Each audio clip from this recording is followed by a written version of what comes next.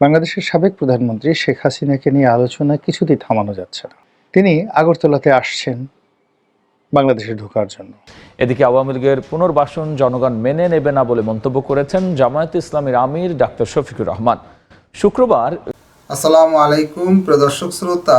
আওয়ামী লীগের পুনর্বাসন জামাতের আমির ডক্টর শফিকুর রহমান এবার যা বললেন। হাসনাত আবদুল্লাহ এবং সেনাবাহিনীর মধ্যে বৈঠক হয়েছে। সেই বৈঠকে Awami League must come back, সেনাবাহিনী কথা বলেছেন। হাসনাত আবদুল্লাহ তা ফাঁস করেও দিয়েছেন। জামাতের আমির কি বললেন আওয়ামী লীগের পুনর্বাসনের জন্য, চলুন ভিডিওতে বিস্তারিত দেখে আসি। এদিকে আওয়ামী লীগের পুনর্বাসন জনগণ মেনে নেবে না বলে মন্তব্য করেছেন জামায়াতে ইসলামীর আমির ডাক্তার শফিকুর রহমান। শুক্রবার ভেরিফাইড ফেসবুক পেজে তিনি লিখেছেন, দেশকে অস্থিতিশীল করার জন্য পতিত ফ্যাসিস্টরা দেশের ভেতরে এবং বাইরে ষড়যন্ত্রে লিপ্ত। আসসালামু আলাইকুম রহমতুল্লাহি ওয়া বারাকাতুহু। সম্মানিত দর্শক, বাংলাদেশের সাবেক প্রধানমন্ত্রী শেখ হাসিনাকে নিয়ে আলোচনা কিছুতেই থামানো যাচ্ছে না। আমরা যে যার মতো করে তার সম্পর্কে বলে যাচ্ছি। কখনো তার কণ্ঠস্বর, এটি কি সত্যি না এটি এআই যুক্ত, এটি কি ভুয়া, এটি কি তিনি ছেড়ে দিয়েছেন নাকি তার প্রতিপক্ষ ছেড়ে দিয়েছে, আলোচনা করছি। তিনি কি দিল্লিতে আছেন নাকি বাংলাদেশে কোথাও লুকিয়ে রয়েছেন, আলোচনা করছি। তিনি কি ফিরে আসবেন নাকি আসবেন না, তিনি কি আবার রাষ্ট্র ক্ষমতা ফিরে পাবেন নাকি তাকে বাকি জীবন জেলখানার কারাপ্রকোষ্ঠে কাটাতে হবে, তাও আমরা আলোচনা করছি। তিনি দিল্লিতে রাজকীয় মেহমান হিসেবে আছেন নাকি বন্দী অবস্থায় আছেন, তার সঙ্গে প্রধানমন্ত্রী নরেন্দ্র মোদী দেখা করছেন, ঘন ঘন সেই রাষ্ট্রের গুরুত্বপূর্ণ ব্যক্তি থেকে শুরু করে সবাই তার সঙ্গে দেখা করছেন, নেতাকর্মীদের সঙ্গে তিনি কথাবার্তা বলছেন।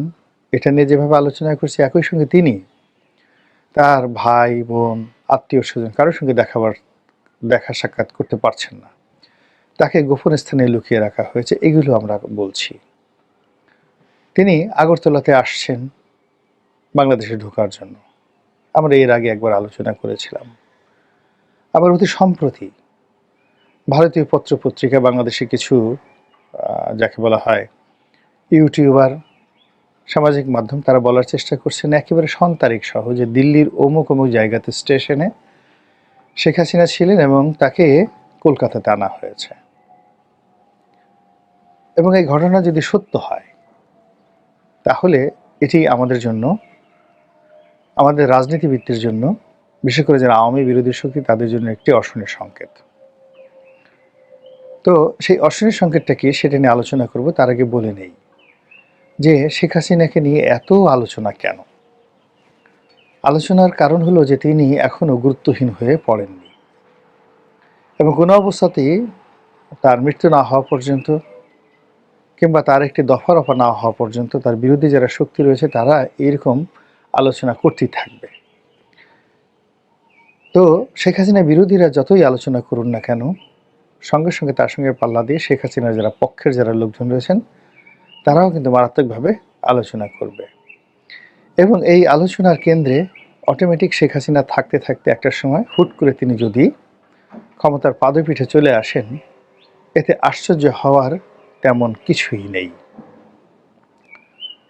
এখানে একটা বিষয় বলে রাখা ভালো যে দিল্লির সঙ্গে শেখ হাসিনার যে সম্পর্ক, এটি কখনো দাকুমরা সম্পর্ক গিয়েছে গত 15 বছরে, কখনো হরিহরাত্মার সম্পর্ক গিয়েছে, কখনো বন্ধুত্বের চরম পর্যায়ে পৌঁছে গিয়েছে। আমি অনেক আগের থেকেই বলে আসছিলাম যে শেখ হাসিনাকে একটা শিক্ষা দেওয়ার জন্য দিল্লি চেষ্টা করছে এবং শেখ হাসিনাকে বিভিন্ন আকার ইঙ্গিতে তারা বোঝানোর চেষ্টা করেছে, কিন্তু শেখ হাসিনা কখনই বুঝেননি।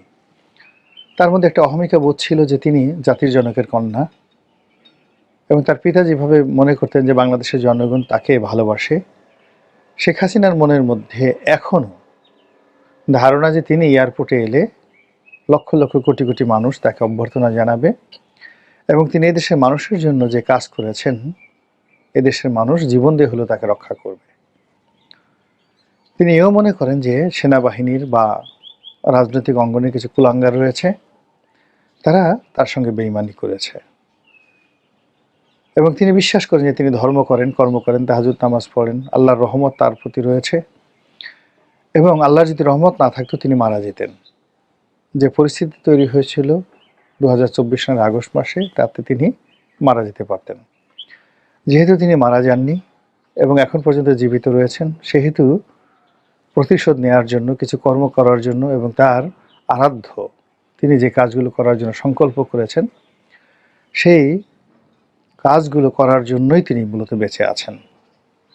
এবং তার যে কয়েকটি অডিও ফুটেজ আমরা দেখেছি, যেগুলো ভাইরাল হয়েছে, সব অডিওতে তিনি তার এই বেঁচে থাকাকে আল্লাহর একটা নিয়ামত হিসেবে তিনি বর্ণনা করেছেন। তো কাজেই তার এই যে দৃঢ়তা, তার যে শক্তিমত্তা, তার যে আত্মবিশ্বাস, এটি শেখ হাসিনা বিরোধীদের জন্য একটি ব্যাড সিগন্যাল। দ্বিতীয়ত, তিনি যেখানে রয়েছেন এটিও তার বিরোধী শক্তির জন্য একটি ব্যাড সিগন্যাল। তিনি যদি আজারবাইজানে থাকতেন, তিনি যদি দুবাইতে থাকতেন, তিনি যদি ইভেন মালয়েশিয়াতে থাকতেন, এটি আমাদের জন্য ভয়ের কারণ ছিল না। কিন্তু প্রতিবেশী রাষ্ট্র ভারতে তিনি আছেন, এটি যে কোনো কারণে আমাদের জন্য একটি মারাত্মক হুমকি। দ্বিতীয়ত, ভারত যে তাকে রেখেছে, ভারত তাকে রেখেছে রাজকীয় মেহমান হিসেবে এবং ভারত তাকে ক্ষমতায় বসাবে, তাকে পুনর্প্রতিষ্ঠিত করবে এবং আওয়ামী লীগকে ক্ষমতায় আনবে এবং বাংলাদেশে তাদের স্বার্থ সংশ্লিষ্ট যে কোনো বিষয় তদারক করার জন্য তারা এখনো পর্যন্ত আওয়ামী লীগকে তাদের অকৃত্রিম বন্ধু হিসেবে মনে করেন।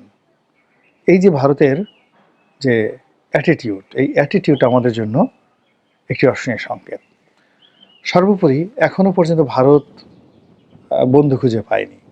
বিএনপির সঙ্গে, জামাতের সঙ্গে, ডক্টর ইউনূসের সঙ্গে এখনো পর্যন্ত তাদের কোনো বন্ধুত্ব তৈরি হয়নি। তো সেই দিক থেকে শেখ হাসিনাকে নিয়ে তাদের যে প্ল্যান, তাদের যে পরিকল্পনা, সেই পরিকল্পনা নিয়ে যদি আমরা ভয় না পাই, তাহলে আমরা বোকার স্বর্গে বসবাস করছি। এবং সর্বোপরি, কাকতালীয় কিনা জানি না, আমেরিকার যিনি গোয়েন্দা প্রধান মিস্টার তুলসী গ্যাবার্ড, তিনি মিসেস তুলসী গ্যাবার্ড, তিনি দিল্লি সফর করার পর দিল্লির কথাবার্তা পরিবর্তন হয়ে গিয়েছে। আওয়ামী লীগের মধ্যে এক ধরনের আত্মবিশ্বাস পয়দা হয়েছে এবং আওয়ামী লীগের যারা লোকজন, তারা তুলসী গ্যাবার্ডের সঙ্গে শেখ হাসিনার বৈঠক হয়েছে এরকম একটা ছবি তৈরি করে তারা ইন্টারনেটে ছেড়ে দিয়েছে। আবার সেই ছবিটি সঠিক না বেঠিক, সেই ছবিটি ভুয়া নাকি জেনুইন, তা প্রমাণের জন্য আবার ফ্যাক্ট চেকিং যে সফটওয়্যার রয়েছে, সেটির মাধ্যমে দেশের বড় বড় টেলিভিশনগুলো প্রমাণ করার চেষ্টা করছে যে না, এটা একটা মিথ্যা ছবি, ভুয়া ছবি। তো অ্যাজ এ হোল যা কিছুই করছি না কেন, সব কিছুতেই শেখ হাসিনা আলোচনার কেন্দ্রে চলে এসেছেন। এবং তুলসী গ্যাবার্ড দিল্লি ত্যাগ করার পর যখন শেখ হাসিনাকে আবার কলকাতা আনা হলো বা আনা হয়েছে, এরকম ঘটনার কথা যখন আমরা শুনতে পাচ্ছি এবং এই ঘটনা যদি বিন্দুমাত্র সত্য হয়ে থাকে, তাহলে আমাদের খবর আছে। এর কারণ হলো আমরা জানি আওয়ামী লীগের বেশিরভাগ মানুষ এখন যারা পলাতক কলকাতাতে আছেন, দলের শীর্ষ নেতৃবৃন্দ।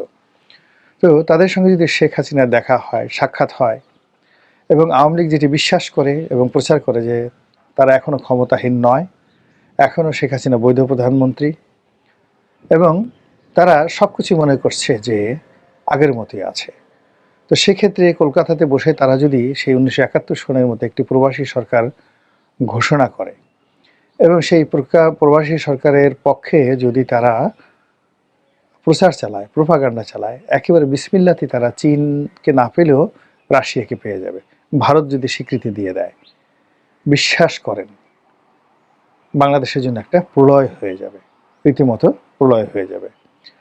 সরকার এই বিষয়গুলো ভাবছেন কি ভাবছেন না আমি বলতে পারবো না, তবে বাংলাদেশ সরকারের মধ্যে, সেনাবাহিনীর মধ্যে এমন কতগুলো সমস্যা দেখা দিয়েছে যে সমস্যাগুলোর কারণে শেখ হাসিনাকে কেন্দ্র করে আওয়ামী লীগের যে সম্ভাবনা, সেই সম্ভাবনার ধার ক্রমশ বেড়েই চলেছে। মহান আল্লাহ আমাদের সবাইকে হেদায়েত দান করুন এবং হেফাজত করুন। আসসালামু আলাইকুম রহমতুল্লাহি ওবরকাতুহু। প্রিয় দর্শক শ্রোতা, এই বিষয়ে আপনার মন্তব্য কমেন্ট বক্সে আশা করতেছি। লিখতে পারেন কমেন্ট বক্সে আপনার মন্তব্য। আজকে এই পর্যন্তই। আল্লাহ হাফেজ।